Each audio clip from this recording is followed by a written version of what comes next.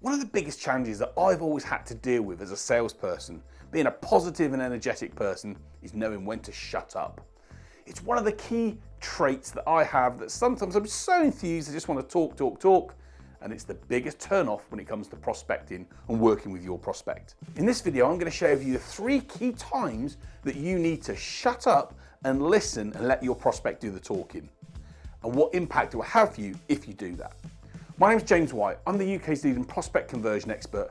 Let's take a look at the video and see when you know when to talk and when you need to zip it up.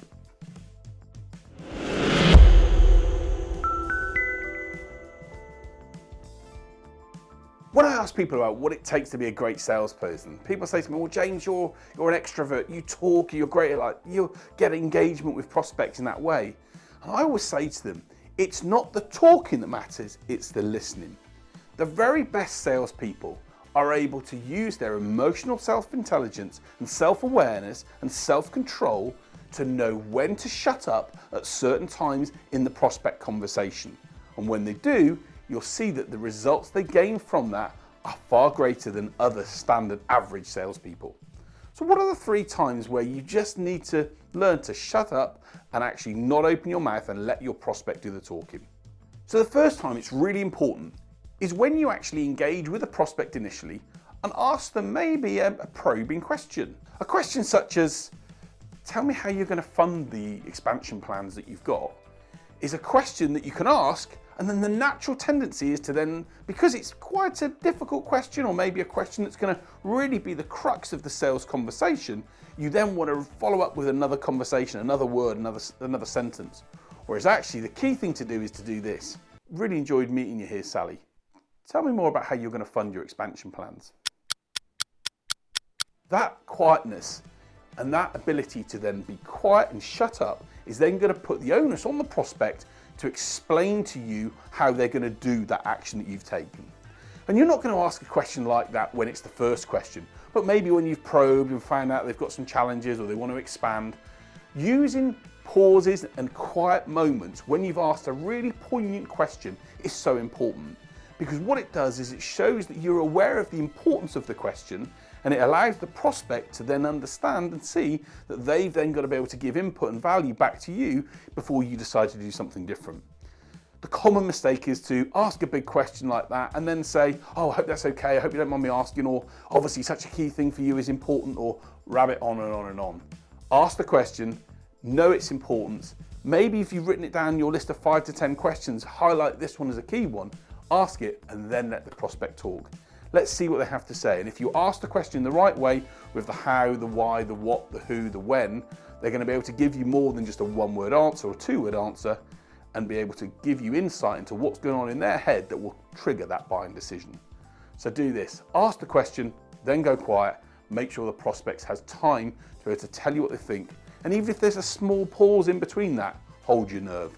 Wait for them to talk, and hopefully you'll see the response you'll get will give you insight and help you win the business. So the second time when it's a really good idea to shut up and let your prospect do the talking is when you've been given an objection.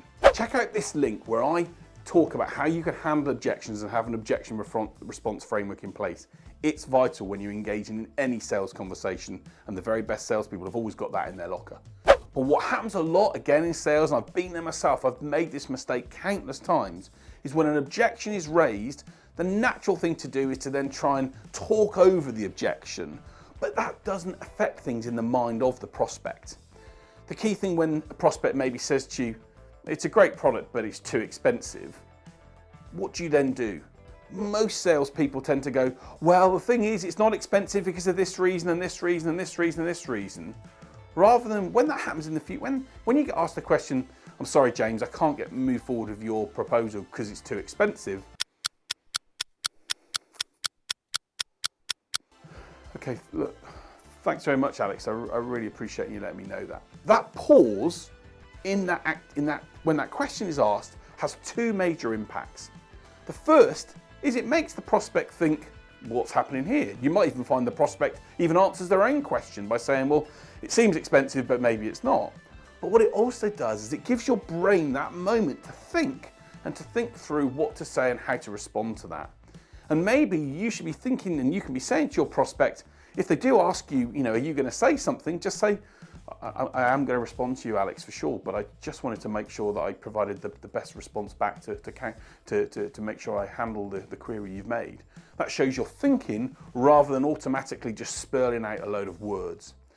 Know when to shut up when that prospect's made that objection. Give yourself that moment to think, that pausing moment. It's shutting up and it's pausing. It's also thinking, I just need to think about the best way to approach this.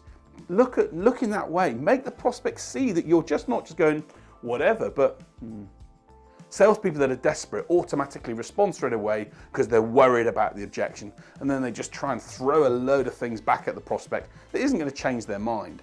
Being able to be strong and say, hey, I'm not going to worry about this. I'm going to make sure I deal with this in my stride. And no, it's just because the prospect can't see the value in what I offer is a much better way to deal with it. And if you pause and shut up in that instance, in that time, you'll find that you'll see a better response, providing you have an objection, question or response to give.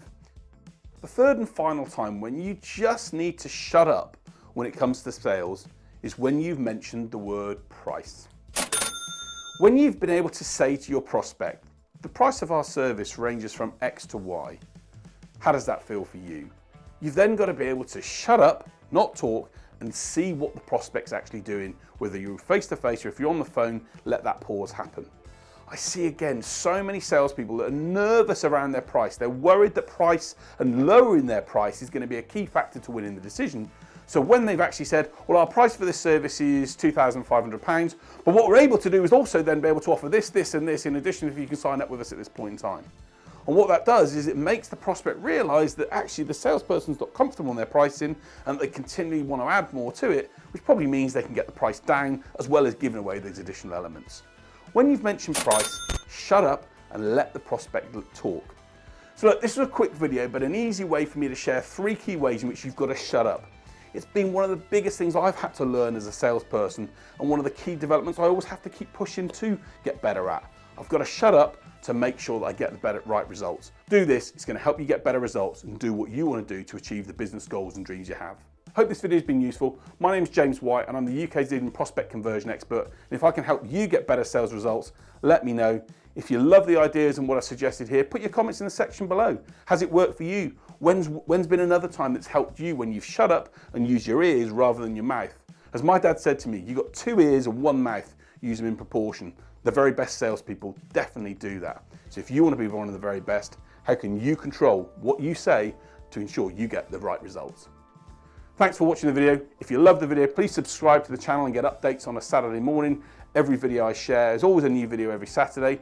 And if you do like the channel, please share it with colleagues and friends so I can help them, just like you, get better sales results.